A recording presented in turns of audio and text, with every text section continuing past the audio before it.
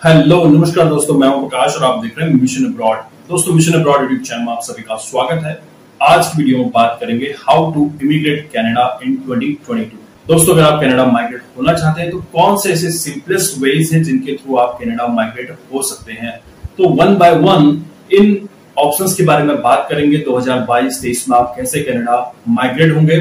तो चलिए वीडियो शुरू करते हैं। शुरू करने से पहले सभी व्यूअर्स से रिक्वेस्ट करूंगा, मिशन अब्रॉड यूट्यूब चैनल को सब्सक्राइब कीजिए, बेल का आइकन जरूर प्रेस करें। दोस्तों, सबसे इंपॉर्टेंट है जब आप कनाडा माइग्रेट होते हैं तो आपने अपने आप को डिस्क्राइब करना है, अपने आप को सेग्रीगेट करना है। आप स्किल कैटेगरी में आते हैं या फिर नॉन स्किल कैटेगरी में आते हैं।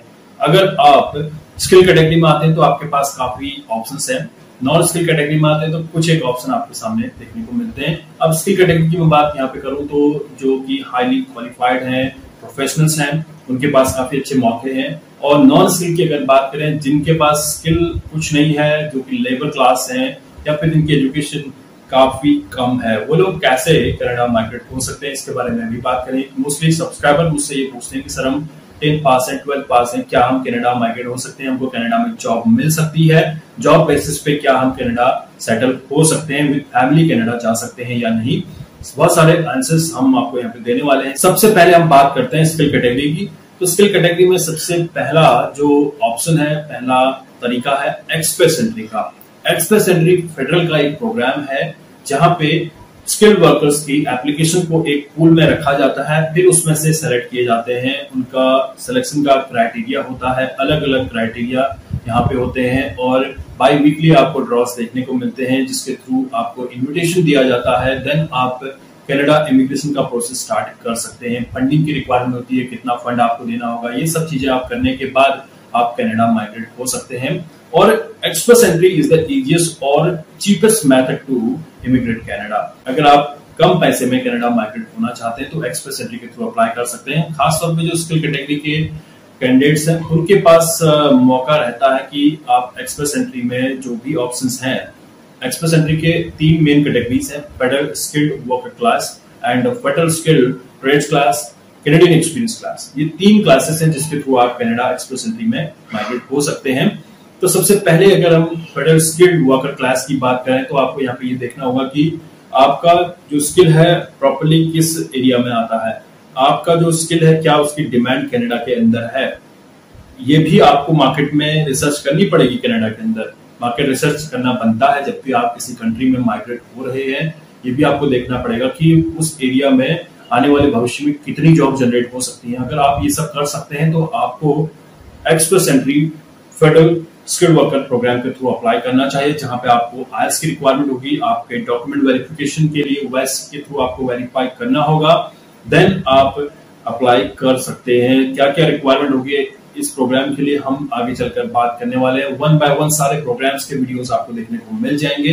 हालांकि ये एक ब्रीफ वीडियो है जहां पे हम बात कर रहे हैं कि कैसे कनाडा माइग्रेट हो सकते हैं 2022-23 में। दूसरा प्रोग्राम है फेडरल स्किल्ड ट्रेड क्लास। तो ट्रेड से रिलेटेड जितने भी कैंडिडेट्स हैं वो लोग अप्लाई कर सकते हैं, हालांकि ये भी स्किल कैटेगरी में आते हैं। अब ट्रेड्स का मतलब क्या है? अगर आप किसी एक प्रॉपर ट्रेड से बिलोंग करते हैं, अब ट्रेड क्या होता है? ट्रेड का मतलब है आप जैसे रूफर हैं, आपने इलेक्ट्रिशियन का कोर्स किया हुआ है या फिर प्लम्बिंग का कोर्स किया हुआ है, रूफर का कोर्स किया हुआ है, तो आपके अंदर कोई ना कोई ट्रेड से रिलेटेड एक्सपीरियंस है, स्किल है, आपके पास डॉक्यूमेंट्स हैं प्रॉपर्ली, तब आप अप्लाई कर सकते हैं। ट्रेड से रिलेटेड काफी ज्यादा रिक्वायरमेंट रहती है और सैलरी भी काफी अच्छी यहाँ पे देखने को आपको ट्रेड क्लास में मिलती है। तो ट्रेड से रिलेटेड जितने भी कैंडिडेट्स हैं फेडरल स्किल ट्रेड्स प्रोग्राम के थ्रू अप्लाई कर सकते हैं।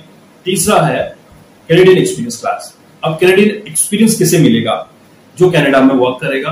अब वर्क कौन कर पाएगा कनाडा में? जिसके पास ऑलरेडी एक बार वर्क परमिट रहा हो या फिर कनाडा में उसने स्टडी की हो। अगर आपने कनाडा में स्टडी की है तो आपको 1 साल का वर्क परमिट मिला हो, वहां पे आपने वर्क किया हो, 6 महीने से ज्यादा देखने को मिलता है। मोस्टली 1 साल मिनिमम आप लेके चल सकते हैं और 6 महीना जो रिक्वायरमेंट होती है वो मानने यहाँ पे होता है। तो अगर आपके अंदर कनाडा स्टडी के टाइम पे आपने वर्क किया हो, वहां पे आप सीईसी प्रोग्राम के थ्रू अप्लाई कर सकते हैं। और जो सीईसी प्रोग्राम के थ्रू अप्लाई करते हैं उनको प्रेफरेंस देखने को मिलती है, क्योंकि कनाडा का एक्सपीरियंस है, थोड़ा सा वेटेज जरूर मिलता है। तो पहला ऑप्शन आपके पास हो गया एक्सप्रेस एंट्री के थ्रू कनाडा माइग्रेट होने का। आई होप आप इसे अंडरस्टैंड कर चुके हैं। कोई भी क्वेरीज हो तो आप हमें कमेंट कीजिए, हम आपको रिप्लाई करने की कोशिश करेंगे। दूसरा है पीएनपी। Provincial nominee program. अब प्रोविंशियल नॉमिनी प्रोग्राम क्या होता है? कनाडा के अंदर जितनी भी स्टेट्स है उनको प्रोविंस कहा जाता है और हर प्रोविंस की अपनी एक इमिग्रेशन पॉलिसी है, अपना एक इमिग्रेशन प्रोग्राम है। जैसे क्यूबेक का टोटली डिफरेंट है। एक्सप्रेस एंट्री जैसे मैंने आपको बताया फेडरल का प्रोग्राम होता है, जैसे सेंटर का प्रोग्राम हो गया, और जो पीएनपी है स्टेट के प्रोग्राम हो गए, प्रोविंस के अपने प्रोग्राम हो गए। तो इमिग्रेशन के रिलेटेड जितने भी प्रोग्राम पीएनपी के अंदर रन किए जाते हैं उसमें काफी अच्छी अपॉर्चुनिटी देखने को मिलती है, क्योंकि आप फेडरल के लिए भी अप्लाई कर रहे हैं और पीएनपी के लिए भी, दोनों के लिए अप्लाई कर सकते हैं। अब देखना होगा कि रिक्वायरमेंट क्या है। हर कम्युनिटी की, हर प्रोविंस की अपनी अपनी रिक्वायरमेंट है। वहां पे किस तरह के लोगों की शॉर्टेज प्रोविंस में देखने को मिलती है। हालांकि अगर आप क्यूबेक की बात करें तो क्यूबेक में आपको फ्रेंच स्पीकिंग ज्यादा देखने को मिलेंगे। तो इस चीज को अगर आप रिलेट कर सकते हैं, आप ये देख सकते हैं कि प्रिंस एडवर्ड आइलैंड में या फिर टोरंटो के अंदर और जो भी प्रोविंस है यूकोन के अंदर किस तरह की रिक्वायरमेंट है, तो वहां पे आप पीएनपी के लिए अप्लाई कर सकते हैं। ब्रिटिश कोलंबिया में आईटी एक्सपर्ट्स की ज्यादा रिक्वायरमेंट रहती है, टोरंटो के अंदर एक्सपर्ट्स की ज्यादा रिक्वायरमेंट रहती है आईटी से रिलेटेड। तो आपके पास मौके रहते हैं कि आप इन पीएनपी के थ्रू भी अप्लाई कर सकते हैं। तो प्रॉपर एक रिक्वायरमेंट यहाँ पे रहती है। हालांकि जो फेडरल की रिक्वायरमेंट है काफी हाई रिक्वायरमेंट आपको देखने को मिलेगी, आईएलटीएस का स्कोर भी आपको काफी ज्यादा करना पड़ेगा, लेकिन पीएनपी के अंदर थोड़ा सा रिलैक्सेशन आपको देखने को मिलता है। जिनकी एलिजिबिलिटी पीएनपी से रिलेटेड है तो आप पीएनपी के लिए अप्लाई कीजिए, और एक्सप्रेस एंट्री में तो आपने अप्लाई किया हुआ है। तो दो ऑप्शन आपको यहाँ पे मिल गए, एक्सप्रेस एंट्री एंड पीएनपी। तीसरा और सबसे इंपॉर्टेंट है और इजिएस्ट है, टफेस्ट भी मैं इसे बोलूंगा, विजिटर वीजा का। अगर आप कैनेडियन विजिटर वीजा के लिए अप्लाई करना चाहते हैं तो आपको पता होना चाहिए कि कनाडा में विजिटर वीजा कैसे अप्लाई किया जाता है। हालांकि मैं आपको रेकमेंड बिल्कुल नहीं करता कि आप किसी कंसल्टेंट की मदद लें या फिर आपको किसी एजेंट के थ्रू विजिटर वीजा के लिए अप्लाई करना चाहिए, या फिर किसी पर्सन, किसी ऐसे आदमी के थ्रू अप्लाई करना चाहिए जो आपसे पैसे की डिमांड करता हो। आपके पास मौका रहता है, अगर आप इंटरनेट यूज कर सकते हैं। आज की डेट में हर कोई इंटरनेट यूज करता है, हर किसी के पास मोबाइल है, हर किसी के पास जियो है। तो आप ऑनलाइन जाइए और ऑनलाइन अपना कनाडा की वेबसाइट ओपन कीजिए। वहां पे आपको किस तरह से विजिटर वीजा अप्लाई करना है सब कुछ मिल जाएगा। अगर आप चाहते हैं विजिटर वीजा के ऊपर वीडियो बनाना तो आप मुझसे कमेंट करके बोल सकते हैं, और मैं कोशिश करूंगा कि विजिटर वीजा के ऊपर आपको डिटेल वीडियो मिले, जहां पे आपको विजिटर वीजा कैसे अप्लाई किया जाता है, क्या होता है और कैसे फॉर्म फिल किया जाता है, कैसे इसको अपलोड किया जाता है, कैसे विजिटर वीजा की फी पे की जाती है, सारी इंफॉर्मेशन आपको वन वीडियो में मिल जाएगी। तो विजिटर वीजा के थ्रू आप अप्लाई करके कनाडा विजिट कर सकते हैं। लेकिन जब आप विजिटर वीजा के लिए अप्लाई करते हैं तो सबसे इंपॉर्टेंट ये रहता है कि इंडियंस खास तौर पे जब अप्लाई करते हैं तो कैनेडियन गवर्नमेंट को ये भरोसा दिलाना थोड़ा सा मुश्किल रहता है विजिटर वीजा पे कि आप वापस आ पाएंगे। हालांकि इतना ज्यादा टफ नहीं है। आज की डेट में जब कोरोना की वजह से क्यूज काफी लंबे हो चुके हैं, काफी 2.4 मिलियन का बैकलॉग हो चुका है, इसमें विजिटर वीजा भी है और पीएनपी से रिलेटेड प्रोग्राम भी है, एक्सप्रेस एंट्री से रिलेटेड प्रोग्राम भी है। तो ये धीरे धीरे जब बैकलॉग क्लियर हो जाएगा तो आपको यहाँ पे थोड़ा सा फ्लुएंसी देखने को मिल जाएगी। लेकिन अगर आप विजिटर वीजा के लिए अप्लाई कर रहे हैं तो आपको पता होना चाहिए क्या रिक्वायरमेंट है और क्या एलिजिबिलिटी क्राइटेरिया रहता है विजिटर वीजा अप्लाई करने के लिए।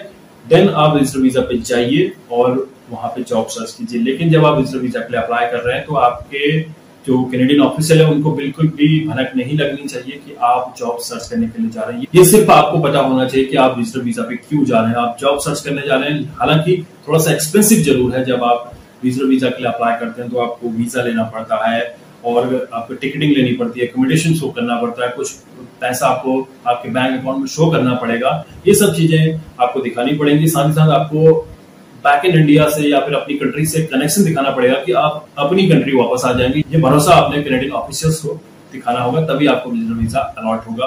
विजिटर वीजा पे जाके आप एम्प्लॉयर सर्च कीजिए। जब आप विजिटर वीजा पे कनाडा आते हैं, आप सबसे जरूरी है कि एम्प्लॉयर सर्च कीजिए और जितने भी न्यूज़पेपर्स हैं उसमें सर्च कीजिए। एम्प्लॉयर अगर आपको मिल जाता है तो आपको इजीली वर्क परमिट मिल जाएगा। देन आप कनाडा वर्क कीजिए, कुछ टाइम बाद अपना पीआर के लिए अप्लाई कर सकते हैं।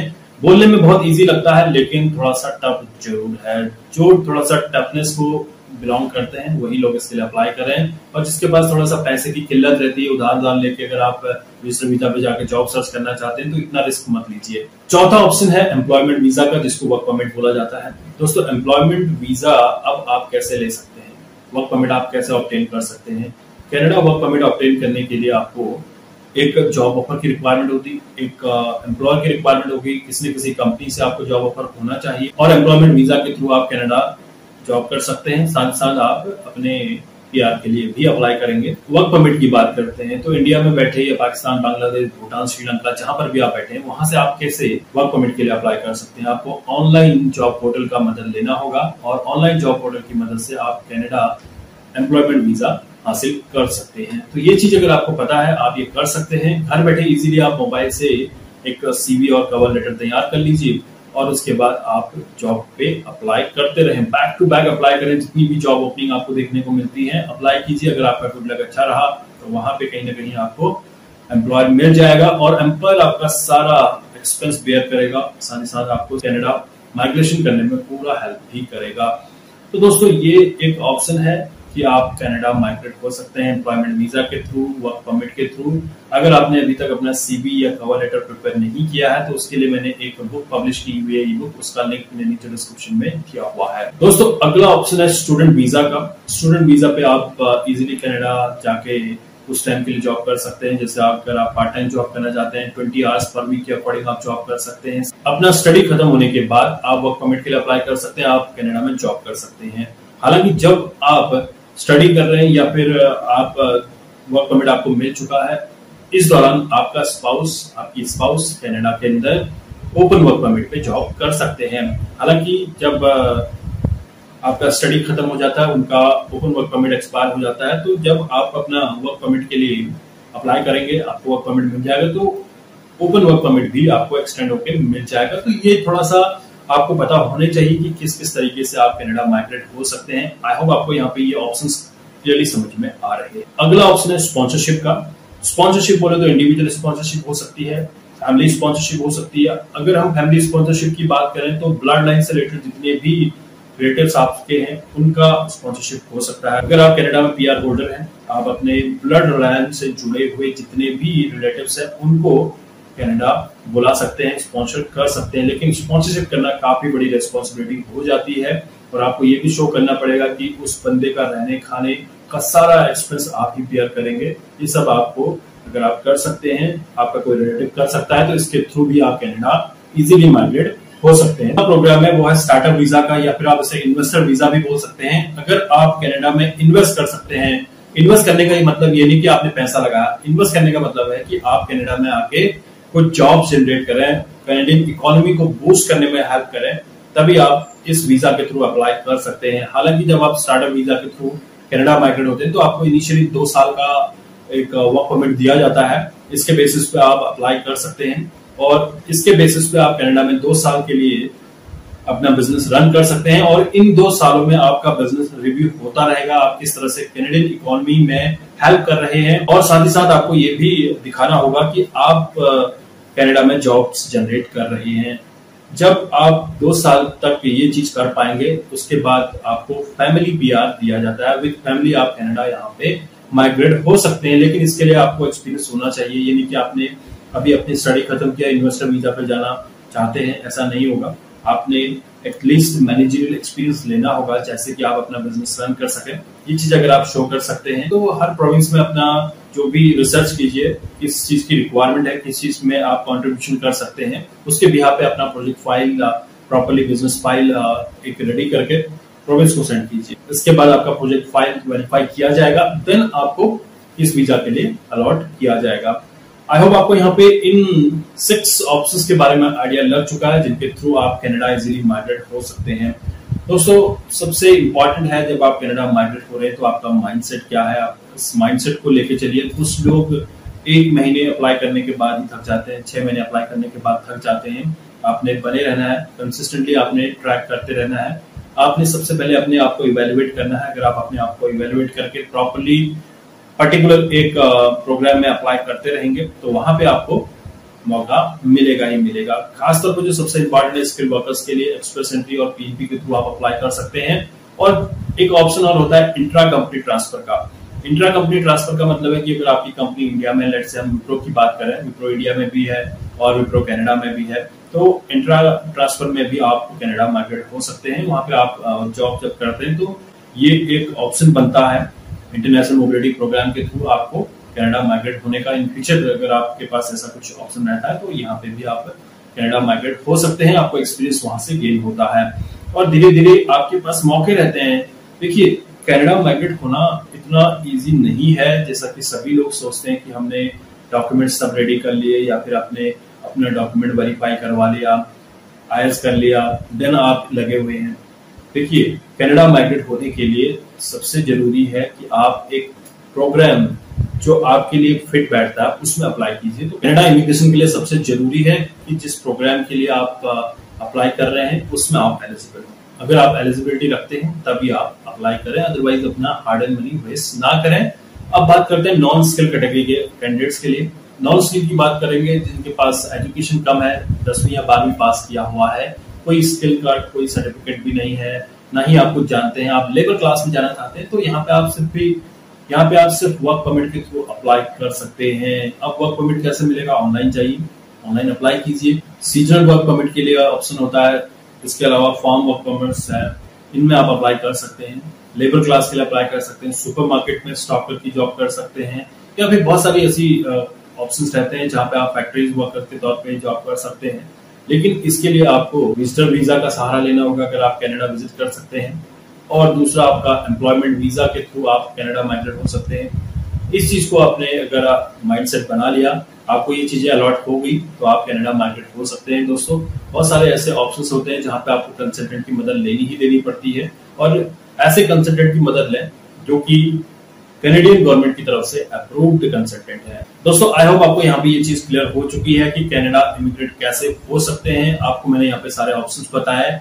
अगर आप जानना चाहते हैं आगे आप कैसे माइग्रेट हो, विजिटर वीजा कैसे अप्लाई करें, एक्सप्रेस एंट्री क्या होता है, एक्सप्रेस एंट्री में कैसे अप्लाई कर सकते हैं, आपको स्टेप बाय स्टेप सब कुछ मिलने वाला है इस चैनल पे। तो चैनल को सब्सक्राइब करना ना भूलिएगा, वीडियो को जितना हो सके उतना शेयर कीजिए। मिलते हैं अगले वीडियो में, तब तक के लिए थैंक यू।